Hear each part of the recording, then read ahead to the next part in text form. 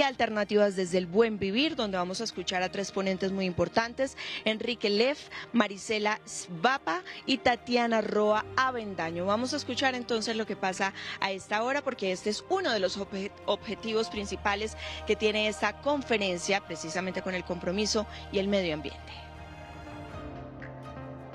Bueno, continuamos con Claxo, la 10ª conferencia de Claxo. Seguimos con los diálogos magistrales. En este gran momento vamos a continuar con el segundo diálogo magistral: Latinoamérica ante la crisis climática, pactos ecosociales y alternativas del buen vivir. Espero que disfruten una hermosa jornada. Continuamos toda la tarde y todo el día con Claxo 2025. Muchas gracias. Muy buenos días a todos y a todas. Mi nombre es Asael Carrera, parte del equipo del comité directivo. Soy del Centro de Estudios Latinoamericanos de Panamá y tengo el placer de dirigir este diálogo que se ha titulado Latinoamérica ante la crisis climática, pacto ecosociales y alternativas desde el buen vivir. Para iniciar este diálogo tenemos unas destacadas figuras del pensamiento crítico latinoamericano.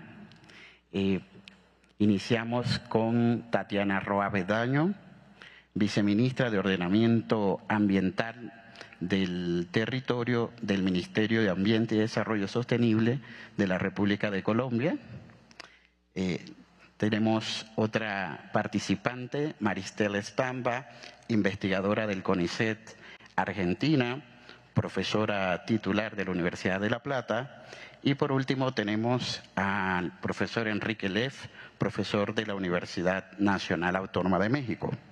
La dinámica será la siguiente: vamos a tener dos rondas. La primera de 10 minutos y luego una intervención para que los participantes interaccionen entre ellos de 5 o 6 minutos. Yo le estaré iniciando. En el orden en que fueron presentados, entonces, así iniciamos. Así que iniciamos contigo, Tatiana. Bueno, buenos días a todas y a todos. Un gusto estar aquí. Quiero empezar saludando a las mayoras y a los mayores que están aquí presentes. A la Claxo, agradecerle por esta invitación y por supuesto a todas y a todos ustedes. Yo quiero empezar con una pregunta, y esta pregunta tiene que ver si dejamos de ver al cambio climático como una amenaza ambiental y la vemos más bien como un síntoma de algo que es más probable, que es la ruptura de la vida misma. Si reconocemos también que en los diversos territorios las comunidades no ven a la naturaleza como recurso, sino que la ven como parte de la trama de la vida misma. Y esto lo digo porque empiezo con estas preguntas porque en tiempos de crisis las preguntas son importantes, no solo para buscar respuestas fáciles, sino para desarmar certezas impuestas. América Latina arde, pero no arde de igual forma. Arde la selva, arden los cuerpos, arden los territorios, las culturas. Arde también un modelo que nos vendieron, el del crecimiento sin límites, el del desarrollo sin raíces. Pero en esta región herida, lo que es importante es que siguen naciendo los brotes de otros mundos posibles. Mi presentación va a estar como en 4 momentos. Quiero empezar el primer momento entendiendo el desafío que vivimos. Y este desafío tiene que ver con que no nos enfrentamos simplemente a una crisis climática ni a una crisis energética, como a veces se nos pone como en el centro, sino que lo que vivimos es una crisis civilizatoria, un punto de inflexión que nos obliga a repensar los lenguajes, los vínculos, los modos de vida e incluso el papel del Estado. Porque no es el planeta el que está en riesgo, es la vida, somos nosotros. y nosotras quienes hemos desviado, extraviado este camino. En América Latina ese extravío se expresa en la expansión del extractivismo como lógica de desarrollo, de ocupación territorial. Hay proyectos mineros, proyectos hidrocarburíferos que se expanden a través del Amazonas, de los Andes, de las grandes sabanas, los monocultivos, la infraestructura energética, la especulación sobre los bienes comunes, la mercantilización de la vida. Y ahora, en nombre de la transición, se multiplican estas zonas de sacrificio en los mismos territorios de siempre. Ahora temprano estaba en un panel donde hablábamos de la política industrial verde y cómo, digamos, planteábamos ahí esa disputa de sentido, mientras que en el norte se ve como un modelo para enfrentar las crisis. Para nosotros significa nuevos extractivismos, zonas de sacrificio verde. Entonces no basta con preguntarnos cómo descarbonizar la economía, sino cómo reorientar el rumbo, qué significa las transiciones, qué significan esas transformaciones que no solamente cambien las fuentes de energía, sino que transformen las formas de vida, los modos de producción, las formas como habitamos el planeta. Un segundo elemento que me interesa plantear es que las desigualdades se profundizan y particularmente en este continente. Y eso quiere decir que la emergencia climática no es neutral, profundiza heridas históricas del racismo, del patriarcalismo, del colonialismo, mientras que en las ciudades se debate sobre el carbono, en los territorios la gente sufre las heridas de ese extractivismo, del hambre, del despojo, de los desplazamientos, porque se han destruido esos medios de vida sobre los cuales se sustentan esas formas de vida. Entonces podemos hablar de justicia climática sin pensar en justicia territorial, sin pensar en justicia de género, en justicia intergeneracional. Y ahí quiero entrar a este tercer elemento que tiene que ver con las voces y los saberes que siembran el futuro. Empecé diciendo, este es un continente que arde, pero también es un continente donde brotan las resistencias por toda la región. Frente al colapso, entonces, hay quienes no solo resisten, la gente cuida sus territorios, los regenera, los reinventa. Hay mujeres y hombres que protegen las semillas, pueblos que defienden el agua, juventudes que siembran dignidad. Ayer habían 40.000 jóvenes en la Plaza de Bolívar cantándole a la vida, cantándole a la esperanza, rechazando las formas como se expresa sobre los migrantes, las políticas que los marginan cada vez más, y eso da esperanza realmente. No hablamos entonces de héroes o heroínas individuales, sino de comunidades que desde la cotidianidad ensayan otras formas de vida. Son eso que nos han enseñado maestros como Arturo Escobar, de esos pluriversos que emergen por todo el continente, en sus huertas, en las mingas, en los rituales, en los saberes que cultivan una política que no separa lo ético de lo vital. Las transiciones no se decretan, decíamos hace unos días en un debate que teníamos con los sindicalistas, sino que se disputan, que se construyen desde abajo, que se construyen desde los territorios y que no se construyen de manera individual, sino colectiva, desde las prácticas que sostienen la vida. Y aquí voy a cerrar esta última parte y quizá aquí introduciéndome un poco en lo que estamos haciendo desde el Gobierno Nacional también, y es los pactos por el buen vivir. Y ahí quiero decir, no es obviamente el buen vivir, es el vivir sabroso, es la ética del cuidado, que no son solo eslóganes ni promesas utópicas, que son propuestas radicales que nacen desde los pueblos. desde esas nacionalidades que no surgen desde las cumbres internacionales, que surgen, insisto, desde esas prácticas cotidianas en miles de territorios.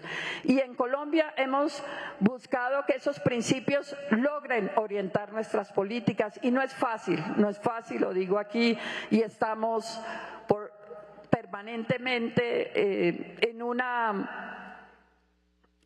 en una situación compleja, digamos, para materializar eso.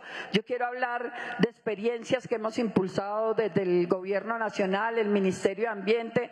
Hemos logrado reducir la deforestación en los últimos años y esto se ha hecho a través de pactos, de acuerdos sociales en diversos territorios, acuerdos que se han construido colectivamente con comunidades indígenas, campesinas, afrodescendientes, pero también incluso hemos tenido que entrar a hablar con entes territoriales, por supuesto, pero también con el sector privado. Y estos son pactos que no son promesas abstractas, sino que buscan compromisos concretos para detener la deforestación, para restaurar los ecosistemas, para ordenar el territorio en torno al agua, para transitar hacia modelos productivos sustentables. Sin embargo, estos pactos enfrentan desafíos enormes. Por ejemplo, hicimos un pacto, un acuerdo, no lo llamamos pactos, lo llamamos acuerdos sociales, en una zona bananera entre la Sierra Nevada y la zona baja del Magdalena, pero no es fácil hacerlo. ¿Cómo garantizar ese cumplimiento cuando algunos sectores productivos aún privilegian sus ganancias frente al interés común? ¿Cómo sostenerlos en territorios donde las economías ilícitas, el control armado y la violencia persisten como formas de poder? Porque no hay una transición justa sin garantizar condiciones mínimas de seguridad, de dignidad y de gobernabilidad territorial.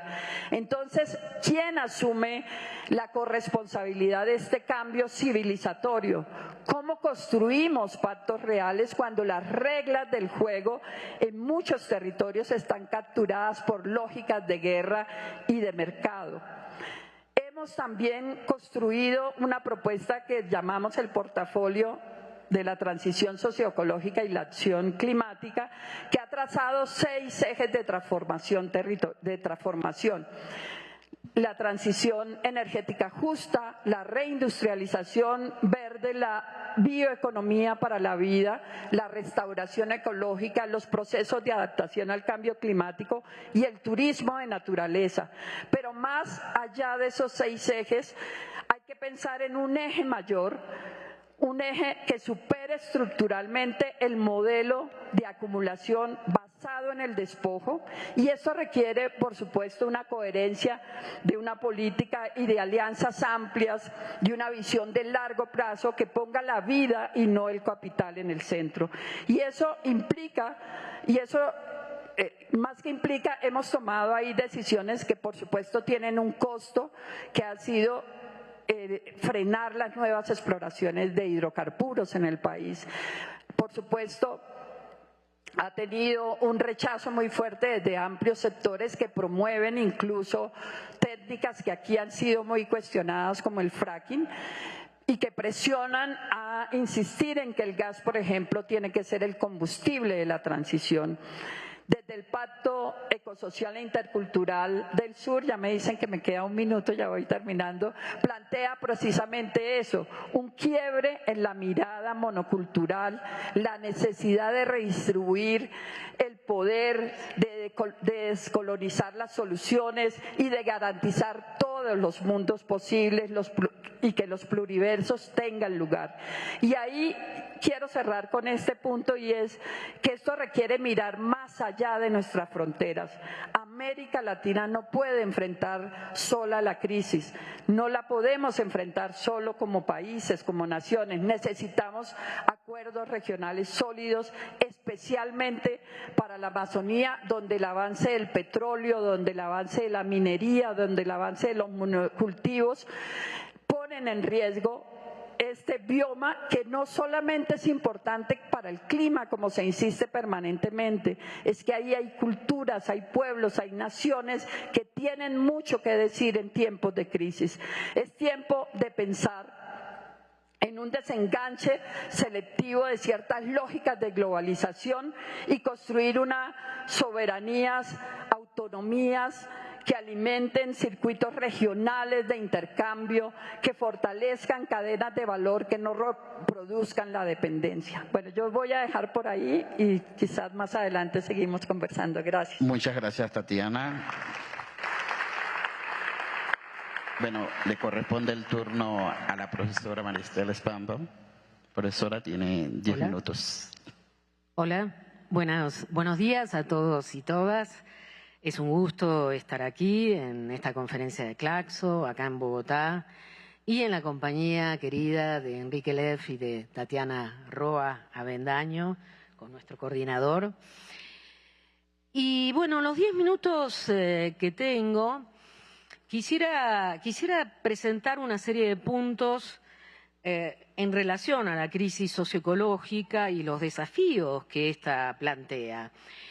En primer lugar, hay que reconocer, como lo dijo también Tatiana, que la crisis no es solo socioecológica, el colapso no es solo ambiental, es también político. En realidad es a través de la noción de policrisis civilizatoria, que es un concepto que utilizamos con Breno Bringel, un concepto que nos permite en todo caso apresar la multiplicidad de crisis entrelazadas. No se trata solamente de la aceleración de la crisis climática, la crisis energética, también está el ensanchamiento de las desigualdades sociales, algo que desde 2008 y luego de la pandemia se ha exacerbado. Está la crisis de los cuidados, como bien sabemos las mujeres. Está la expansión de las extremas derechas, que se han convertido en una alternativa de poder global y están erosionando los valores democráticos. Está la guerra, como insiste siempre mi amigo y colega Edgardo Lander, ¿no?, que abre además el escenario a la posibilidad de una guerra nuclear. Los europeos lo saben y lo tienen presente más que nunca ahora. Es decir que en realidad no sabemos por dónde puede estallar una situación incontrolable, ¿no?, porque efectivamente todas estas crisis están articuladas entre sí. Pero el panorama es muy sombrío, dado también la preeminencia que tiene cada vez más, como voy a presentar en estos 10 minutos, las narrativas también de las extremas derechas. Una cuestión que me gustaría puntualizar es que con la aceleración de la crisis climática asistimos menos a esa crisis sistémica de la cual nos han hablado mucho los climatólogos. Sabemos que estamos muy cerca de chocar contra las fronteras planetarias y que efectivamente ese choque implicaría cambios sistémicos de diverso orden y harían al planeta ya dañado absolutamente hostil para la vida. Pero no es eso lo que estamos viviendo ahora. Lo que estamos viviendo es la era de los colapsos climáticos localizados. Ante la multiplicación de los eventos extremos, como los grandes incendios, los tornados, las olas de calor, las olas de frío, las inundaciones, generan zonas de guerra casi de un día para el otro en ciudades que son perjudicadas o impactadas por estos eventos extremos. Recuerden ustedes lo que pasó en Río Grande do Sul hace un año, un poquito más. Efectivamente, en Río Grande do Sul hubo un colapso localizado a gran escala que afectó no solo a Porto Alegre, sino a toda la región y que puso de manifiesto, por un lado, la fuerte presencia de la deuda ecológica, pero por otro lado también, ¿no?, las políticas públicas que las derechas o sectores de derechas están imponiendo en esos lugares. Colapsos climáticos localizados vamos a vivir cada vez más. Esa es una de las marcas de época y para eso debemos prepararnos. A esto hay que agregar dos cuestiones. En primer lugar, esos colapsos climáticos localizados ponen de manifiesto las desigualdades geopolíticas. Decía yo, está la deuda ecológica que en todo caso se remonta allá hacia 1400, 1500 en el caso de América Latina, que se incorporó a la División Internacional del Trabajo, proveyendo, exportando commodities o materias primas. Pero está también la deuda climática, que es más cercana, ¿no?, de la cual son responsables los países del centro o los países más ricos. Pero amén de eso, para pensar horizontes, sobre todo de transición, hay que incluir no solo la cuestión de la deuda ecológica, sino cómo se traducen las desigualdades sociales en desigualdades ambientales. Estamos en una época o en un mundo dominados por los superricos, ¿no? Un mundo de dueños, diría Rita Segato. En todo caso, lo vemos claramente en los datos, dado que el 10% de la población más rica emite el 50% de los gases de efecto invernadero. Esos son datos de 2019 que se han exacerbado en los últimos tiempos. Así que, a la hora de pensar escenarios de transición ecosocial, no solamente tenemos que pensar en la cuestión de la justicia climática y la deuda ecológica de los países ricos en relación a los países pobres. Tenemos que pensar en procesos de redistribución social. Sin articulación de justicia social y justicia ambiental no es posible pensar horizontes de transición ecológica justa.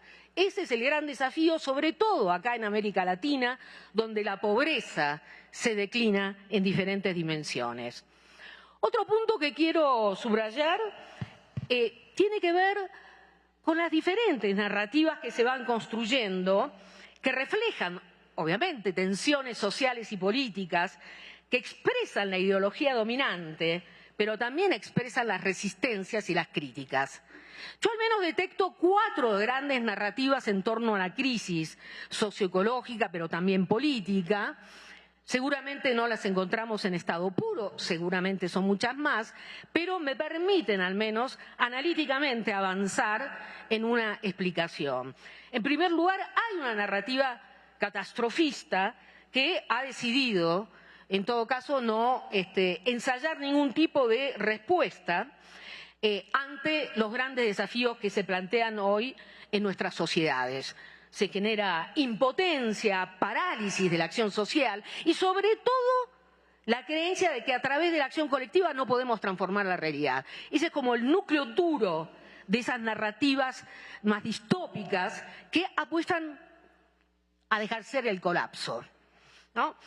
Hay también una narrativa tecnocrática, capitalista, globalista, se diría ahora también, que hace la apuesta al capitalismo verde, que hace la apuesta a conceptos tramposos como los de desarrollo sustentable, responsabilidad social empresarial, que son ahora los que promueven ese extractivismo verde, ese colonialismo energético que vienen denunciando tantas comunidades y que, nuevamente con Breno Bringel, hemos denominado el consenso de la descarbonización. Es esa narrativa tecnocrática capitalista que está ligada también al mandato exportador que tanto promueven o promovieron los gobiernos progresistas en América Latina, donde la cuestión ambiental, la crisis climática, el extractivismo y sigue siendo un punto ciego a la hora de pensar la crisis civilizatoria. Ahora bien, esa narrativa está siendo cada vez más cuestionada. Está dejando de ser una narrativa mainstream para ser, en ese sentido, desplazada por las narrativas de las extremas derechas, que son narrativas pancapitalistas del fin. Pancapitalistas porque subsumen todo en la horma del capitalismo neoliberal. Pueden ser resumidas inclusive en esa frase que expresó Trump cuando asumió su segundo mandato: drill, baby, drill. Perfora, nena, perfora, ¿no? Esa apuesta a la expansión de la frontera petrolera, desconociendo las fronteras planetarias, desconociendo los conflictos ambientales y desconociendo toda narrativa de derechos. no solo los derechos ambientales, los derechos sociales, los derechos de las mujeres, los derechos de las minorías, los derechos de los pueblos originarios. Esa es la narrativa que hoy se está transformando en mainstream en Europa, en Estados Unidos, con los, las bases fuertes que tiene el bolsonarismo en Brasil y, por supuesto, en Argentina con Milei. Bueno, sin duda es una narrativa que hace una apuesta a un capitalismo cada vez más concentrado, ¿no? Sin duda no es casual la asociación con los CEOs o con los grandes empresarios, los súper ricos de este mundo.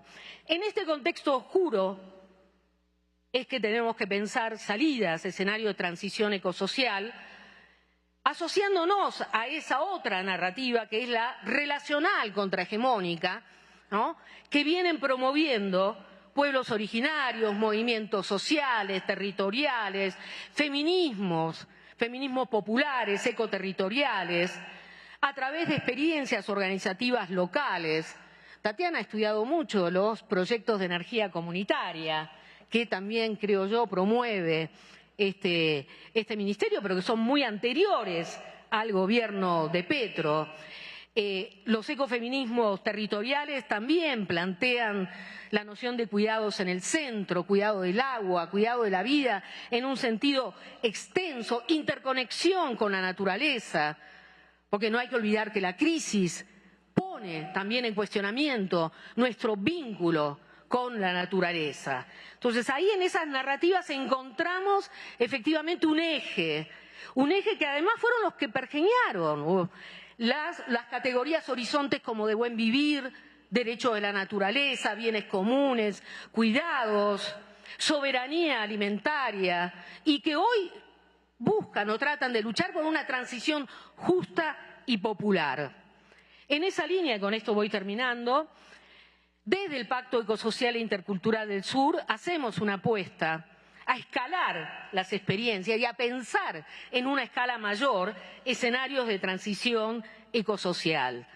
Somos un colectivo de académicos críticos, de activistas de distintos países de América Latina, con capítulos nacionales.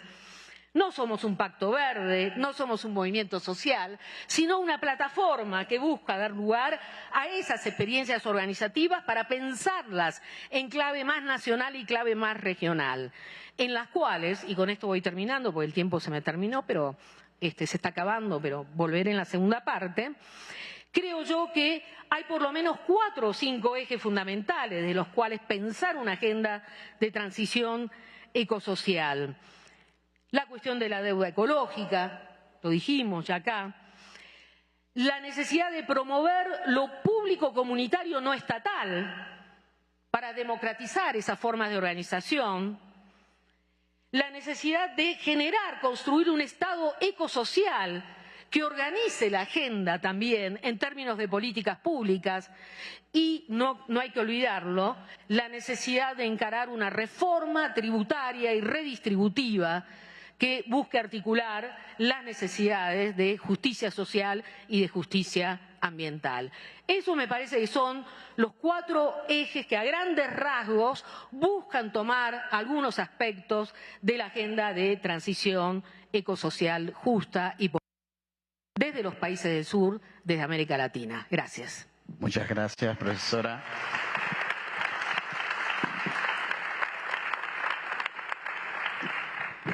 Le corresponde el turno al profesor Enrique Leff. Muchas gracias. Buenas tardes ya. Ya son las 12. Buenas tardes. A todas y a todos. Yo creo que empiezo celebrando esta congregación, la convocatoria de Claxo, que se ha convertido como en el espacio público que congrega a la academia, a la intelectualidad, cuando es en el campo de las humanidades, de las ciencias sociales, en nuestra América Latina. Es decir, una comunidad comprometida con la crítica social y hoy con emancipación de la vida. Me alegra compartir este espacio delimitado para poder expresar todo el bagaje que traemos adentro de décadas de estar pensando la crisis civilizatoria que se ha mencionado y buscando las vías de salida, de emancipación. Hay que celebrar que efectivamente en América Latina ha anidado un pensamiento crítico radicalizado en el sentido de ir a la raíz de la cuestión, de las cuestiones. Y tenemos esta semana para tratar de articularnos, de entendernos, de comprendernos, quizás, no sé si de pactar, pero de irnos entendiendo en nuestras diferencias y otredades, porque somos una comunidad, sí, de aprendizajes críticos con nuestras diferencias, pero hay una confluencia de ánimo, de resistencia a esta crisis civilizatoria y de búsqueda en un punto límite, en el punto límite al cual estamos llegando de esta crisis civilizatoria y de la cual estamos viviendo señales muy fuertes. Comparto lo que han dicho mis dos amigas y colegas que me precedieron en el uso de la palabra. Son pocas las cosas en las cuales tendría que decir algunos matices de diferencia para mantener viva la crítica. Pero quizás me toca, para no repetir las mismas cosas, tratar de agarrar algunas otras dimensiones de esta cuestión de la crisis civilizatoria. Nos enfrentamos ciertamente al mayor enigma de la humanidad. El enigma es el siguiente. Esta crisis socioambiental no es una catástrofe estrictamente ecológica, aunque hay efectos de desastre ecológico. Realmente hemos llegado a un punto de desquiciamiento del metabolismo de la biosfera. La pandemia como un evento pues que no podemos olvidar, ¿no? Son apenas hace 5 años, en el cual surgió la esperanza de los pactos ecosociales, ¿no? Porque decíamos, ante una crisis, ante un evento tan catastrófico de carácter global, uno decía, debiera de conmover a la humanidad para repensar las condiciones de la vida, cómo habitar el planeta en las condiciones de la vida.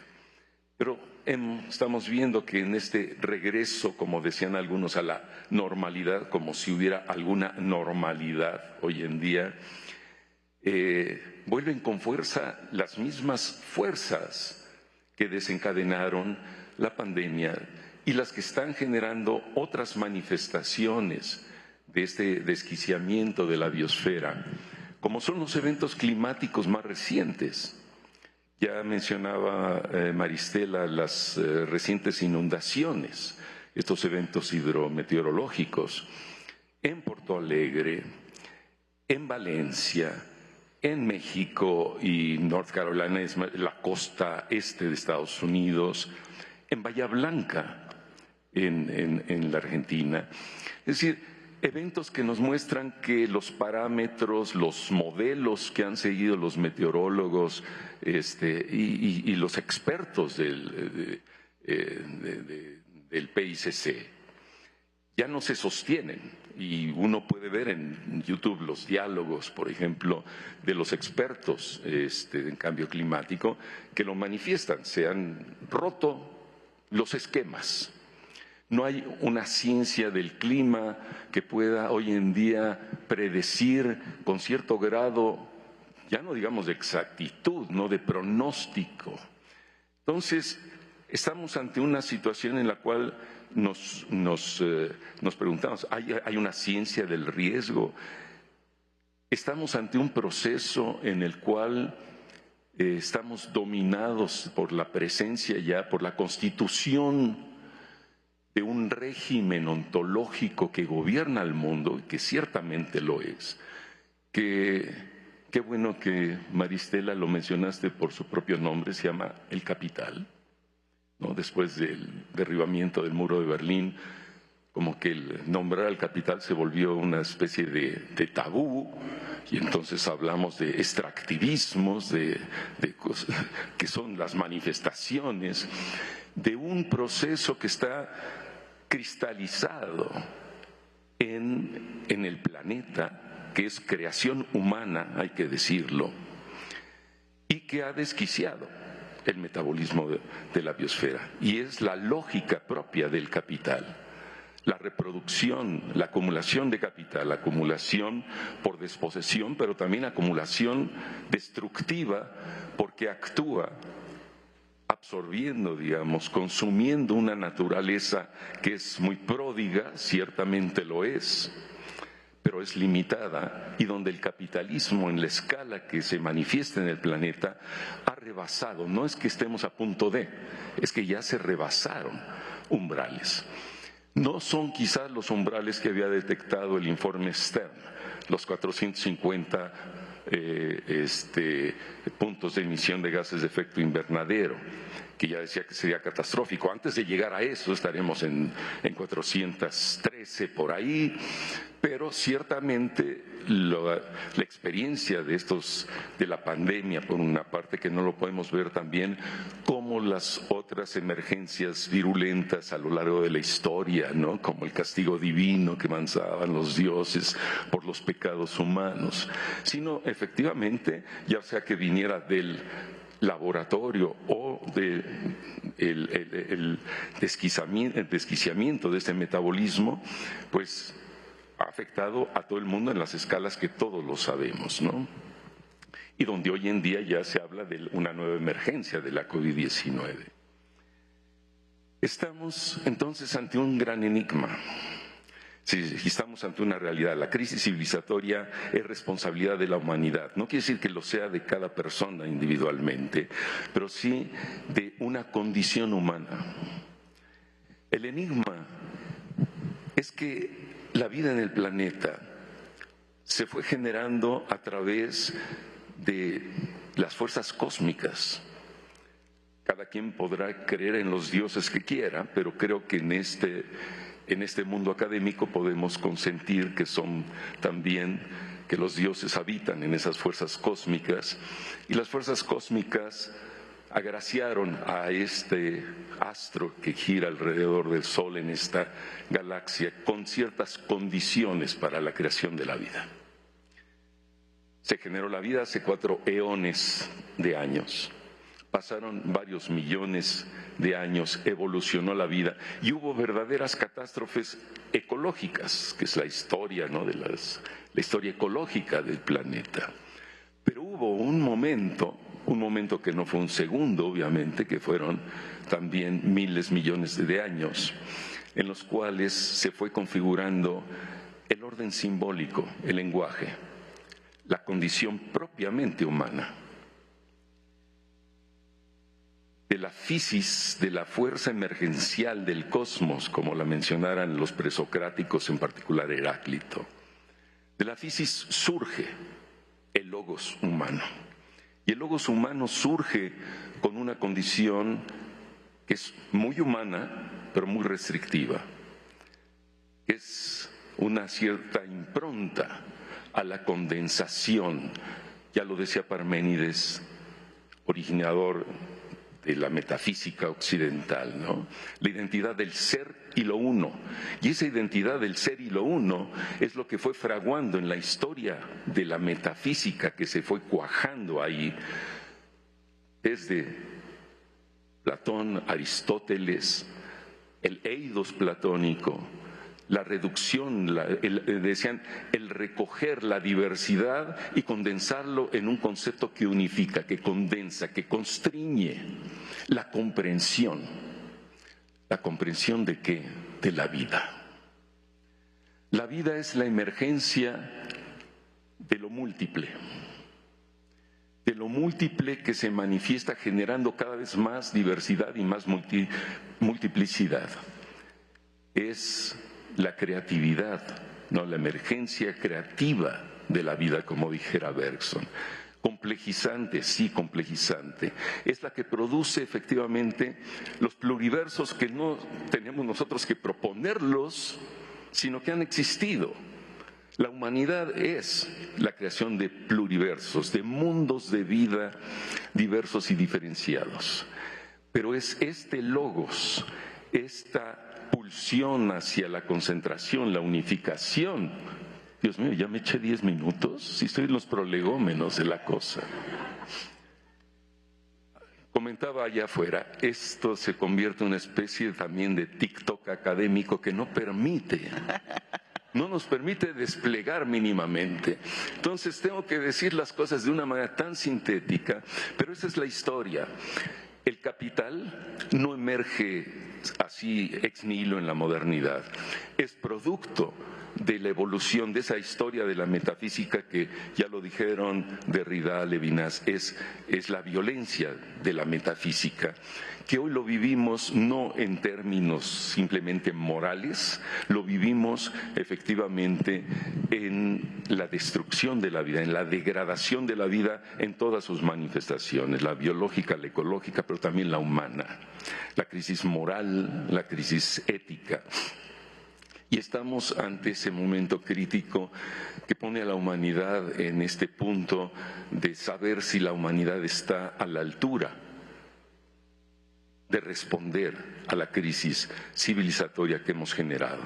Y eso significa una verdadera revolución, no quiero decir ontológica, es una revolución de la comprensión de la vida.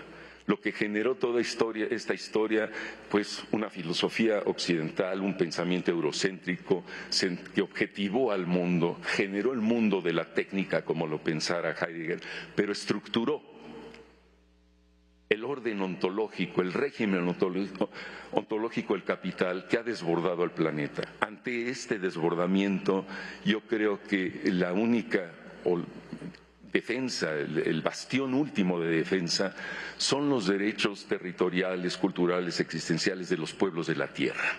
Esos que hoy reclaman su derecho existencial a vivir según sus saberes tradicionales, sus modos de existencia. Es lo que pervive todavía en este mundo atrapado, desgraciadamente dislocado por este orden ontológico que hoy tiene personajes como Donald Trump, pero no solamente Donald Trump y Vladimir Putin. Son los regímenes autocráticos en los cuales se ha concentrado una democracia desgraciadamente muy degradada en todo el mundo, donde se manifiesta con fuerza algo que no hemos explorado, que señalaba mi viejo colega Friedrich Nietzsche, ¿no? Él lo llamaba voluntad de poder, la voluntad de dominio. Tengo que decirlo ahora sí muy esquemáticamente. Lo he dicho muchas veces, pero yo creo que la transición civilizatoria no puede darse sin un verdadero giro de racionalidad, lo podemos llamar de racionalidad, realmente es de comprensión de las condiciones de la vida, porque lo que olvidó la historia de la metafísica privilegió la reflexión sobre el ser y desacreditó el pensamiento de la vida. Léanse toda la literatura de Heidegger como el último gran pensador heredero de la filosofía occidental y verán que toda su lucha fue contra la Lebensphilosophie y resaltar un concepto totalmente místico y abstracto que no logra anidar en la tierra y en nuestras luchas y esperanzas sociales. El cambio yo lo he denominado racionalidad ambiental, pero no es un cambio de lógica. La racionalidad ambiental se sostiene en un trípode, que es la comprensión de la vida como ese proceso emergencial diversificante ad infinitum de la vida que deriva en la diversidad de modos de comprensión de la vida, que la vida no se puede comprender de una manera hegemónica y unitaria, lo cual deriva en lo que llama el diálogo de saberes. La transición histórica hacia la sustentabilidad de la vida se ejerce a través de ese diálogo de saberes y ese se ejerce a través de instaurar una política de la diferencia, donde puedan manifestarse las diferentes formas de comprensión de la vida, porque no se pueden unificar. Y, más allá de eso, lo que la humanidad no ha sabido enfrentar y experimentar, la ética de la otredad, el derecho de existir de lo otro, incluso que va más allá de nuestro logos, de nuestro entendimiento, de nuestra comprensión del mundo. Y eso es salvar esa impronta de esa voluntad de dominio que viene de la falta en ser constitutiva del género humano. Tenemos que reaprender, repensar nuestra condición humana, nuestra condición ecológica, termodinámica, cultural e inconsciente. Esos son algunos de los pocos desafíos que nos plantea la transición histórica hacia la vida. Perdón si me excedí. Gracias, profesor. Muy bien. Ahora vamos a tener otra ronda de intervenciones, pero bien corta, por favor. Tenemos 5 minutos, pero vamos a iniciar con, bueno, en el mismo orden que veníamos. Tatiana, iniciamos contigo.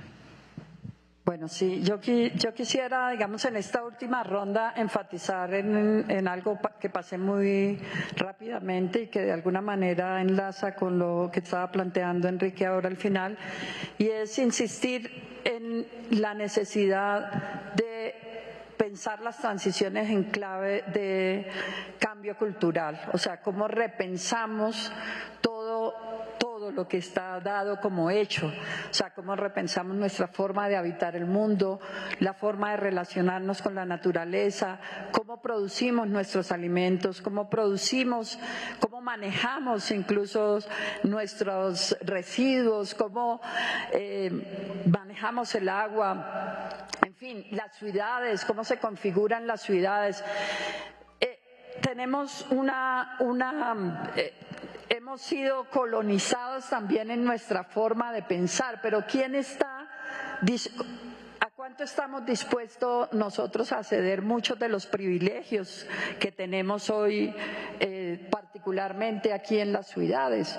¿Sí? Porque se habla, por ejemplo, del acceso a la energía, pero en realidad, si uno mira en nuestros países, en realidad quienes tienen posibilidad de tener 24 horas al día energía, tenerla estable durante 365 días al año, es quienes habitan estas grandes ciudades, porque aquí, por lo menos en nuestro país, pero estoy segura que en gran parte de América Latina, en realidad la mayoría de la gente vive en pobreza energética. Tiene pobreza energética, no tiene acceso a energía, por ejemplo, de calidad. Y estos días lo decía la ministra de Vivienda de una manera categórica, el tema del agua, por ejemplo. Colombia es un país de aguas y sin embargo la gente carece de agua de calidad.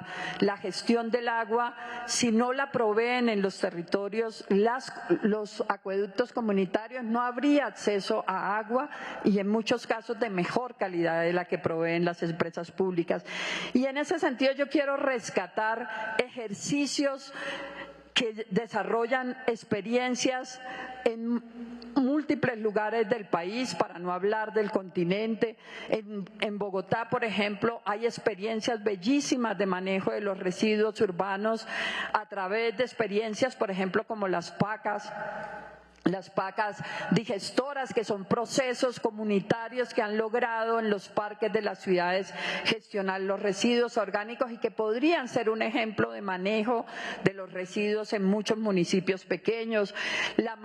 Lo decía ahorita y lo recordaba María Estela, las experiencias de energía comunitaria con la que he estado bastante cercana, que son otras formas de entender la energía, mucho más allá de cables, mucho más allá de redes, de oleoductos, y entender la energía como eso que nos mueve también, incluso como pueblos, como culturas.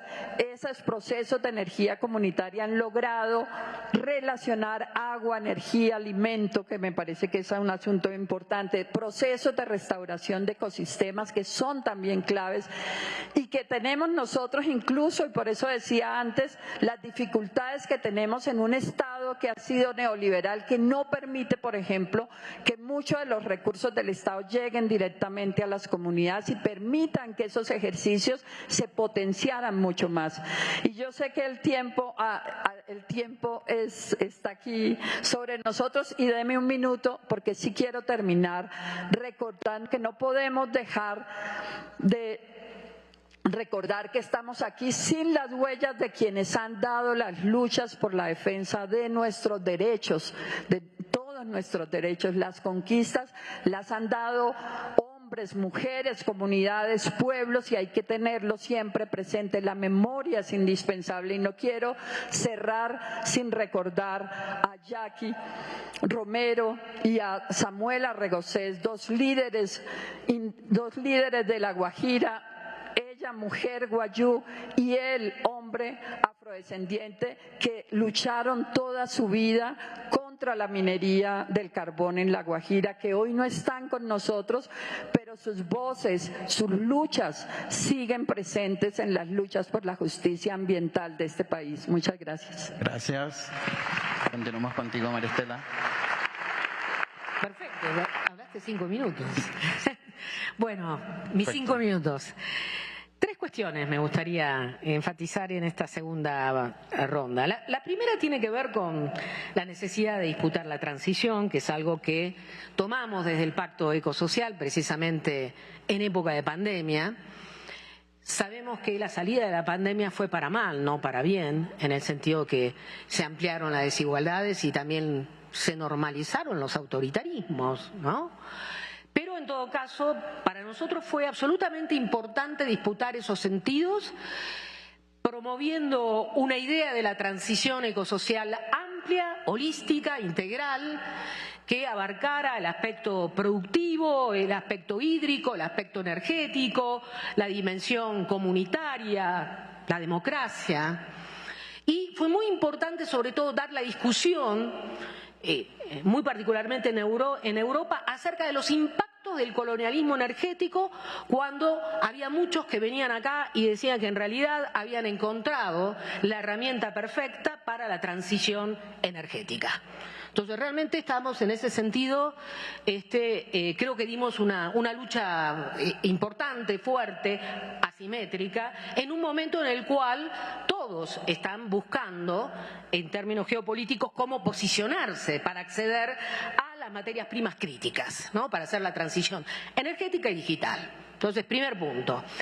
Segundo punto, hay una dificultad mayor a la hora de discutir interdisciplinariamente la cuestión de la transición ecosocial. No tenemos economistas políticos críticos. Los economistas, a excepción de la economía ecológica, los economistas, sea ortodoxos o heterodoxos, son partidarios del modelo del crecimiento infinito, son partidarios del mandato exportador, no han incorporado las fronteras planetarias, son analfabetos ambientales. Y además ejercen un potente imperialismo disciplinario, porque son los que tienen la voz cantante a la hora de discutir modelo de desarrollo. Y ese es un problema que tenemos, entonces, no solo con los neoliberales y la extrema derecha, sino también con los progresismos realmente existentes. Es una discusión que nos debemos, que tenemos que abrir. ¿Cómo hacer que la economía incorpore los límites naturales, incorpore las demandas ambientales y no a la inversa, que la naturaleza incorpore las demandas de la economía, que es lo que ha estado haciendo en todos estos siglos? Entonces, ese para mí es un desafío fundamental. En Argentina hemos creado el equipo Transiciones, muy a contramano de lo que se da en la actualidad a nivel de gobierno, pero con la idea de incorporar también economistas que discutan modelo productivo, que discutan de qué manera podemos construir un escenario de transición ecosocial justa. Termino con esto. Hay un tercer tema que me parece fundamental a la hora actual, y es que la dinámica actual del capitalismo fomenta una economía afectiva que apunta a cortar lazos, que apunta contra las narrativas relacionales contrahegemónicas que se han gestado, que se vienen gestando desde abajo en nuestros territorios, que apunta y cuestiona la solidaridad y la interdependencia, que olvida o que nunca tuvo en consideración el hecho de que la vida es producto de la interdependencia, o como diría Lynn Margulis, de la cooperación entre distintos organismos. Es apuesta al individualismo, apuesta también a la dessolidaridad, apuesta a la indiferencia y, en definitiva, a la crueldad en relación a los otros y en relación a la naturaleza. Entonces, tenemos que estar muy atentos porque debemos fomentar otros regímenes de afectividad que promuevan una economía afectiva basada en la solidaridad, no porque seamos almas bellas, sino porque efectivamente son ellas las que promueven y sostienen el tejido de la vida y que se oponen a estos proyectos de muerte. Eso me parece fundamental, sobre todo porque lo estamos viviendo en diferentes países de América Latina. Quizás haya algunas excepciones, pero en todo caso es parte del programa que se viene de mano de la extrema derecha. Muchas gracias. Gracias. Muy bien, Maristela. Profesor, sus 5 minutos. Y los 7 que me dejó Maristela. Adelante. Gracias, Maristela. Bueno, estamos justamente ante muchos dilemas. Uno de ellos es saber si esto que circula aquí es un discurso que nos mantiene vivos a quienes nos mantenemos vivos pensando de esta manera críticamente y buscando vías de salida, o si este pensamiento logra desbordar los ámbitos académicos, intelectuales, hacia la sociedad. Mi pregunta es: ¿dónde están los movimientos sociales de emancipación, su capacidad de resistencia y de reexistencia, como decía mi querido Carlos Walter Porto González? Yo no pongo en duda para nada la enorme creatividad que tienen las comunidades territoriales para reinventar sus mundos de vida, pero tenemos que ver esto a la escala global. Y las preguntas que se nos plantean son las siguientes, o sea, los planes de gobierno, por ejemplo, incluso en un gobierno como el de Colombia, donde todos apostamos, pusimos tantas esperanzas, ¿no? Logran internalizar estos discursos, estos principios en verdaderos programas de gobiernos que transformen.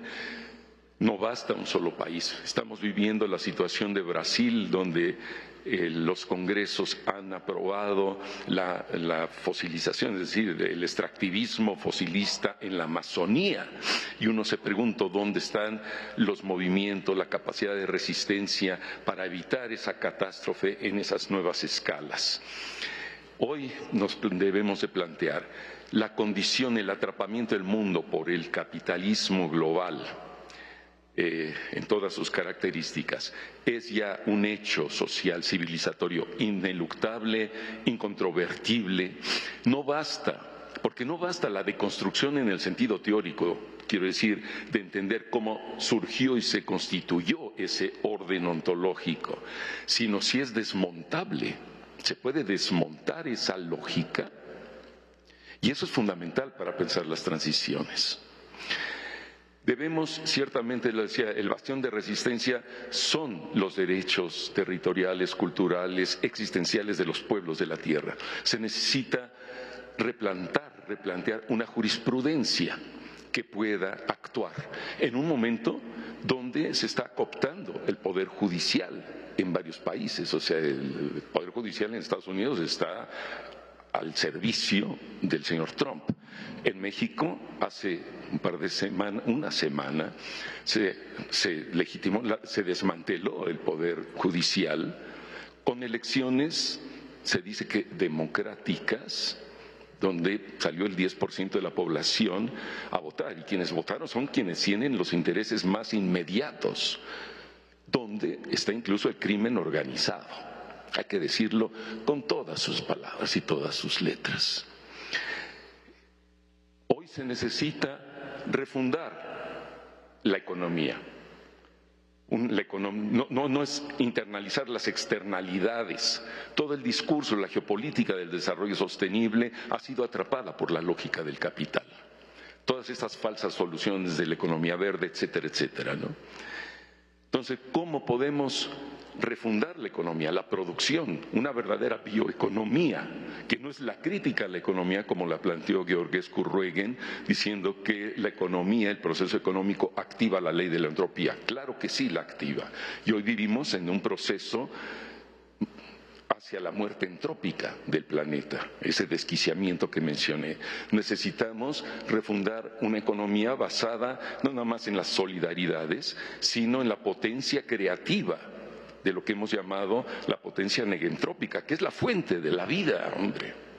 Una economía que esté fundada en eso, que es lo que hacen los seringueiros en Brasil, por ejemplo, dando solamente un ejemplo.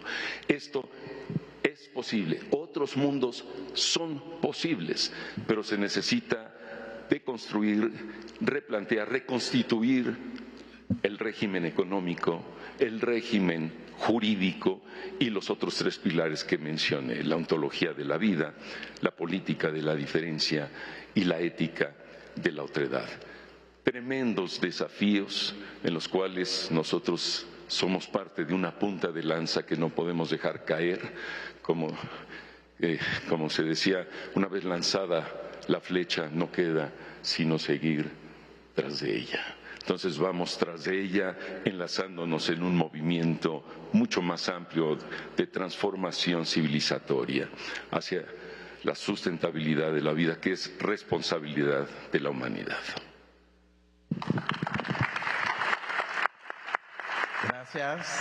Gracias a nuestros panelistas. Gracias a ustedes también por participar, al público. Damos por concluido este diálogo. Al igual invitamos a participar en el siguiente diálogo. Muchas gracias a todos.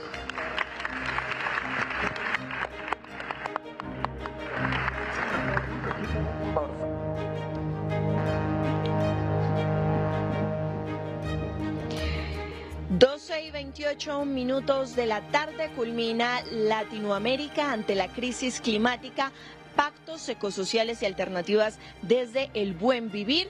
Terminaron todos los ponentes de hablar sobre esos temas tan fundamentales en medio de esta 10ª Conferencia Latinoamericana y Caribeña de Ciencias Sociales.